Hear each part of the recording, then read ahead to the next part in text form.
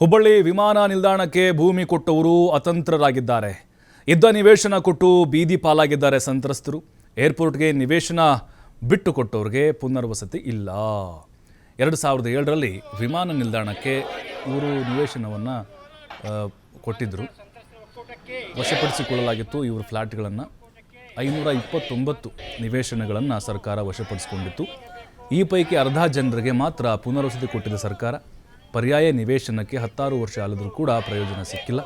ಹುಬ್ಬಳ್ಳಿ ಧಾರವಾಡ ನಗರಾಭಿವೃದ್ಧಿ ಪ್ರಾಧಿಕಾರಕ್ಕೆ ಸಂತ್ರಸ್ತರು ಡೆಡ್ಲೈನ್ ಕೊಟ್ಟಿದ್ದಾರೆ. ಇದೇ 24ರಂದು ನಿವೇಶನ ಹಂಚಿಕೆಗಾಗಿ ವಿಶೇಷ ಸಭೆ ಕರೆದಿದೆ ಹೂಡ. ನಿವೇಶನ ಕೊಡದೇ ಇದ್ದರೆ ಅನಾಹುತಕ್ಕೆ ನೀವೇ ಜವಾಬ್ದಾರಿ ಅಂತ ಎಚ್ಚರಿಕೆಯನ್ನು ಕೊಟ್ಟಿದ್ದಾರೆ. ನೋಡಿ, ನಮ್ಮಲ್ಲಿ ಹಾಗೆ ಇದು. ಯಾವುದೇ ಸರ್ಕಾರಗಳಿರಲಿ, BJP ಇರಲಿ, ಕಾಂಗ್ರೆಸ್ ಇರಲಿ, ಅವ್ರು JDSನವರಿರಲಿ, ಸರ್ಕಾರಗಳಿದ್ದಾಗ ನೋಡಬೇಕು, ರೈತರ ಹತ್ರ ಹೋಗ್ತಾರೆ ಹಣ ಅಂತೇಳಿ.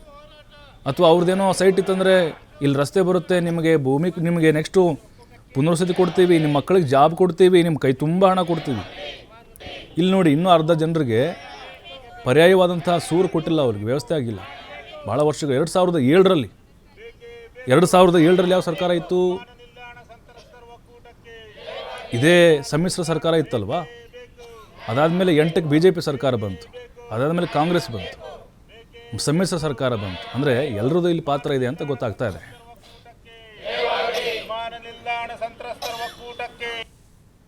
ಹುಬ್ಬಳ್ಳಿಯ ವಿಮಾನ ನಿಲ್ದಾಣವನ್ನು ಅಂತಾರಾಷ್ಟ್ರೀಯ ವಿಮಾನ ನಿಲ್ದಾಣ ಮಾಡಬೇಕು, ಇದನ್ನು ಮೇಲ್ದರ್ಜೆಗೇರಿಸಬೇಕು ಅಂತೇಳಿ ಇವರೆಲ್ಲರೂ ಸಹ ಇಲ್ಲಿ ಅಂತಂದರೆ ಆ ವಿಮಾನ ನಿಲ್ದಾಣಕ್ಕೆ ಭೂಮಿ ಕೊಟ್ಟವರು. ಈ ಭೂಮಿ ಕೊಟ್ಟು 20 ವರ್ಷ ಕಳೆದೆ. 20 ವರ್ಷ ಕಳೆದರೂ ಸಹ ಇಲ್ಲಿ ಅಂತಾರೆ ನಮಗೆ ನಮ್ಮ ಜಾಗವನ್ನು ನಮಗೆ ಕೊಡಿ, ನಮಗೆ ಬೇರೆ ಕಡೆ ಇಲ್ಲಿ ಅಂತಾರೆ ವಸತಿಯನ್ನು ಮಾಡಿಕೊಡಿ ಅಂತೇಳಿ ಕಳೆದ ಇಲ್ಲಿ ಅಂದರೆ 20 ವರ್ಷಗಳಿಂದ ಬೀದಿಗೆ ಬಿದ್ದು ಹೋರಾಟ ಮಾಡ್ತಾರೆ. ಆದರೆ ಇವರಿಗೆ ಮನೆ ಕೊಡಬೇಕಾಗಿದ್ದಂತಹ ಸರ್ಕಾರಗಳು ಇವರ ಜೀವನದ ಜೊತೆ ಚೆಲ್ಲಾಟ ಆಡ್ತಿದ್ದಾವೆ. ಅದರ ಜೊತೆಗೆ ಇಲ್ಲಿ ಅಂತಂದರೆ ಇವತ್ತು ಹುಬ್ಬಳ್ಳಿ ಧಾರವಾಡ ನಗರಾಭಿವೃದ್ಧಿ ಪ್ರಾಧಿಕಾರದ ವಿರುದ್ಧ ಇಲ್ಲಿ ಅಂತಂದರೆ ಇವರು ಪ್ರತಿಭಟನೆ ಮಾಡ್ತಾರೆ ಮತ್ತು ನಗರಾಭಿವೃದ್ಧಿ ಪ್ರಾಧಿಕಾರ ಇವ್ರಿಗೊಂದು ಗಡುವನ್ನು ನೀಡಿದೆ. ಏನು ಅಂತ ಅದರ ಬಗ್ಗೆ ಇಲ್ಲಿ ಹೋರಾಟಗಾರರಿದ್ದಾರೆ, ನಾನು ಅವರನ್ನೇ ಮಾತಾಡ್ತೀನಿ. ಸರ್, ಕಳೆದ 20 ವರ್ಷಗಳಿಂದ ಹೋರಾಟ ಯಾವುದಕ್ಕಾಗಿ ತಮ್ಮದು ಮೂಲಭೂತ ಹೋರಾಟ, ಇವತ್ತು ಪ್ರಮುಖ ಹೋರಾಟ ಏನು? ಸರ್, ಇದು ನಮ್ಮ ಹೋರಾಟ ಅಂದರೆ ತಪ್ಪಾಗ್ತದೆ. ನಮ್ಮ ಜೊತೆಗೆ ಮಾಡ್ಕೊಳ್ಳೋಂಥ ಸರ್ಕಾರ ಒಪ್ಪಂದ ಮಾಡಿಕೊಂಡು ಕೆಲವೊಂದು ಜನಕ್ಕೆ ಇದೇ ನಗರಾಭಿವೃದ್ಧಿ ಪ್ರಾಧಿಕಾರದಿಂದ ಕೆಲವೊಂದು ಜನಕ್ಕೆ ಪುನರ್ವಸತಿ ಅಂತಂದು ಹೇಳಿ ನಿವೇಶನಗಳು ಕೊಟ್ಟಿದೆ. ಇನ್ನು ಅರ್ಧ ಜನಕ್ಕೆ ಕೊಟ್ಟಿಲ್ಲ. ಸರ್, ನೀವು ಕೊಡ್ತೀವಿ ಅಂತಂದು ಹೇಳಿ 2008ರಿಂದ ಹಿಡಿದು 16ರವರೆಗೆ ಅರ್ಧ ಜನಕ್ಕೆ ಕೊಡ್ತು. ಈಗ ಇವತ್ತಿಗಾದರೂ ನಮಗೆ 16ನೇ ಇಸ್ವಿಯಿಂದ ಹಿಡಿದು ಇಲ್ಲಿವರೆಗೂ ಒಂದು ನಿವೇಶನ ಕೊಡ್ತಾ ಇಲ್ಲ.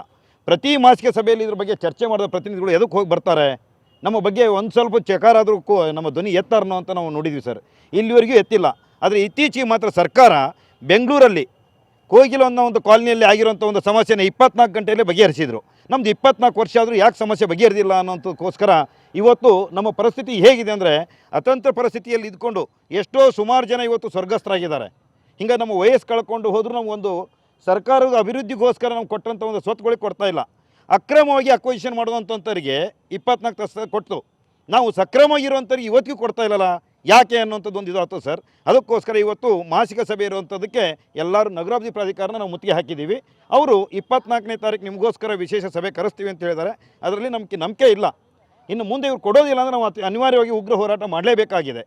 ಯಾಕೆಂದರೆ ಪ್ರತಿ ದಿವಸ ನೋಡ್ತಾ ಬಂದರೆ ಹಿಂದೆ ಇರುವಂಥ ರೇಟ್ ಇವತ್ತಿಲ್ಲ. ನಮಗೆ ಕೊಟ್ಟಿದ್ದು ಕೇವಲ 450 ರೂಪಾಯಿ ಪರಿಹಾರ ಕೊಟ್ಟು 450 ರೂಪಾಯಿ ಈಗ ನಮಗೆ ಹುಡದಿಂದ ನಿವೇಶನಕ್ಕೆ ತುಂಬ್ರಿ ಅಂತ ಹೇಳ್ತಾರೆ. ಇದು ಯಾವ ನ್ಯಾಯ? 485 ತುಂಬು ಅನ್ನೋಂಥದ್ದು. ಜೊತೆಗೆ ಇವತ್ತಿಗೆ ನಿವೇಶನೂ ಕೊಡ್ತಾ ಇಲ್ಲ. ನಿವೇಶನ ಕೊಟ್ಟರೆ ತುಂಬುವಂಥ ಪ್ರಶ್ನೆ ಬೇರೆ, ನಮ್ಮ ನಿವೇಶನಗಳು ನಮ್ಗೆ ಕೊಡಬೇಕಲ್ಲ. DC ಅವ್ರು ಏನು ಮಾಡಿದ್ರು, 529 ಜನಕ್ಕೂ ಕೊಡಬೇಕು ಅಂತ ಹಿಂದೆ ತೀರ್ಮಾನ ಮಾಡಿದ ಸರ್ಕಾರ. ಮತ್ತು ರಾಜ್ಯಪಾಲರ ಆದೇಶವೂ ಇದೆ. ಕೇವಲ 70-80 ಪ್ಲಾಟ್ ಕೊಟ್ಟು ಇನ್ನು ಉಳಿದ್ರೆ ಕೊಡದೇ ಕಾಲ ಹಗರಣ ಮಾಡ್ತಿದ್ದಾರೆ. ಇದಕ್ಕೆ ಕಾರಣ ಇಷ್ಟೇ, ಇವತ್ತು ನಿವೇಶನಗಳು ಸ್ವತ್ತಿನ ವ್ಯಾಲ್ಯೂ ಜಾಸ್ತಿ ಆಗ್ತಾ ಇದೆ. 60-70 ಲಕ್ಷ ರೂಪಾಯಿ ಕೊಟ್ಟರು ಇವತ್ತು ನಿವೇಶನ ಸಿಗ್ತಾ ಇಲ್ಲ. ಇದಕ್ಕೆ ಒಂದೇ ಒಂದು ಉದಾಹರಣೆ ಹೇಳಬೇಕು ಅಂದರೆ, ನನ್ನ ನಿವೇಶನ ಪಕ್ಕದ ನಮ್ಮ ಸಿಸ್ಟ್ರಿಗೆ ಅಂತ ಒಂದು ಕೊಡಿಸಿದ್ವಿ. ಇವತ್ತು ಅದು 75 ಲಕ್ಷ ರೂಪಾಯಿ ಕೊಟ್ಟರು ಆ ನಿವೇಶನ ಸಿಗ್ತಾ ಇಲ್ಲ. ನಾನು ಕೇವಲ 4-5 ಲಕ್ಷ ರೂಪಾಯಿ ಕೊಟ್ಟು ಕಿತ್ಕೊಂಡು ಪುನರ್ವಸತಿನೂ ಕೊಡಲಿಲ್ಲ. ನಮ್ಗೆ ಸಂಕಟ ಆಗೋದು ಸಹಜ ಅಲ್ಲ ಸರ್. ಏನು ಮಾಡ್ತೀರಿ ಸರ್? ಸರ್, ಇದು ಕೊಡಲಿಲ್ಲ ಅಂತಂದು ಹೇಳಿದರೆ ಮುಂದೆ ಉಗ್ರ ಹೋರಾಟವನ್ನು ಮಾಡ್ತೇವೆ, ಪಂಜಿನ ಮೆರವಣಿಗೆ ಮಾಡ್ತೇವೆ.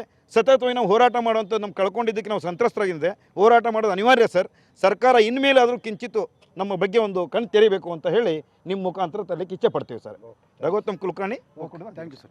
ಅಮ್ಮ, ಕಳೆದ 20 ವರ್ಷಗಳಿಂದ ಹೋರಾಟ, ಮನಿ ಕೊಟ್ರಿ, ಜಾಗ ಕೊಟ್ರಿ, ಯಾವಾಗ ನಿಮಗೆ ಮನಿ ಕೊಡೋದವರು? ಅವ್ರು ಬರೀ ಕೊಡ್ತೇವೆ ಅಂತ ಹೇಳ್ತಾರೆ ರೀ. ನಾವು ಎಲ್ಲರಿಗೆ ಭೇಟಿ ಆದ್ವಿ, ಎಲ್ಲ ಮಿನಿಸ್ಟರ್ ಭೇಟಿ ಆದರು, ಶಾಸಕರು ಭೇಟಿ ಆದರು, MLAಗಳಿಗೆ ಭೇಟಿ, ಬರೀ ಕೊಡ್ತೇವೆ ಅಂತ ಹೇಳ್ತಾರೆ ಅವರು. ನಾವು ಹೋದಾಗ ನಮ್ಮನ್ನು ಮಾರಿ ತೊಳೆದು ಇವತ್ತು ಹೆಚ್ಚಿ ಆಯಿತು ಬರ್ರಿ ಅಂತ ಕಳಿಸ್ತಾರೆ ಅವರು. ಯಾವಾಗ ಅವ್ರು ಕೊಡೋದು? ನಾವು ಹಂಗೆ ದಿನ ಸತ್ತು ಹೋದ್ರಿಗೆ ಎಷ್ಟು ಮಂದಿ.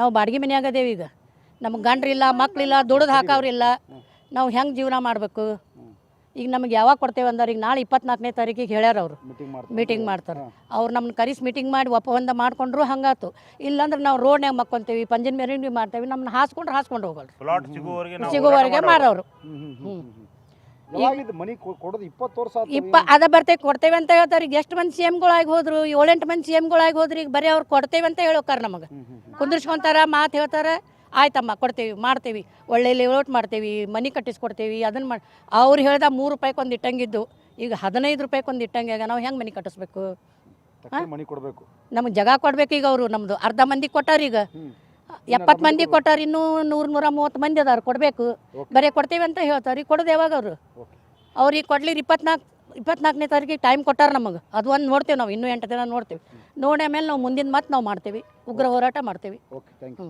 ಸರ್. ಬರೀ ಹೋರಾಟನೇ ಆಯಿತು, ಕಳೆದ 20 ವರ್ಷಗಳಿಂದ ಹೋರಾಟ ನಿಮ್ಮೆಲ್ಲರನ್ನು ಬೀದಿಗೆ ಬಂತು, ನಿಮ್ಮೆಲ್ಲರನ್ನು ಬೀದಿಗೆ ತಂದರು ಮನೆ ಕೊಡ್ತೀನಿ ನಿಮ್ಗೆ ಅಂತೇಳಿ ಜಾಗ ಕೊಡ್ತೀನಿ ಅಂತೇಳಿ ಯಾವಾಗ ಕೊಡೋದಂತ ಸರ್ ಅದು ಇನ್ನೂವರೆಗೆ ಏನೂ ಕೊಟ್ಟಿಲ್ಲ ಅವರು. ಈಗ 24ನೇ ತಾರೀಕು ಮೀಟಿಂಗ್ ಕರೆದು ಏನಾದರೂ ಒಂದು ಇತ್ಯರ್ಥ ಮಾಡೋಣ ಅಂತ ಹೇಳ್ತಾ ಇದ್ದಾರೆ. ಅಕಸ್ಮಾತ್ ಅವ್ರು ಏನಾದರೂ ಕೊಡಲಿಲ್ಲ ಅಂದ್ರೆ ನಾವು ಪ್ಲಾಟ್ ಸಿಗುವವರೆಗೆ ನಾವು ಇದು ಹೋರಾಟ ನಾವು ನಿಲ್ಲಿಸೋದಿಲ್ಲ. ಇದು ಪ್ಲಾಟ್ ನಮ್ಗೆ ಸಿಗಬೇಕು, ಸಿಗುವವರೆಗೆ ನಾವು ಇದು ಹೋರಾಟ ನಾವು ನಿಲ್ಲಿಸೋದಿಲ್ಲ. ಇದಷ್ಟು ನಾವು ಹೇಳಬಲ್ಲ sir. Okay thank you sir. ಕಳೆದ 20 ವರ್ಷಗಳ ಹಿಂದೆ ಹುಬ್ಬಳ್ಳಿ ವಿಮಾನ ನಿಲ್ದಾಣವನ್ನು ಅಂತಾರಾಷ್ಟ್ರೀಯ ವಿಮಾನ ನಿಲ್ದಾಣ ಮಾಡಬೇಕು ಅಂತೇಳಿ ಮೇಲ್ದರ್ಜೆಗೆ ಏರಿಸಲು ನಮ್ಮ ಜಾಗವನ್ನು ನಮ್ಮ ಮನೆಗಳನ್ನು ಇಲ್ಲಿಂದರೆ ಕಸಿದುಕೊಂಡಿದ್ದಾರೆ.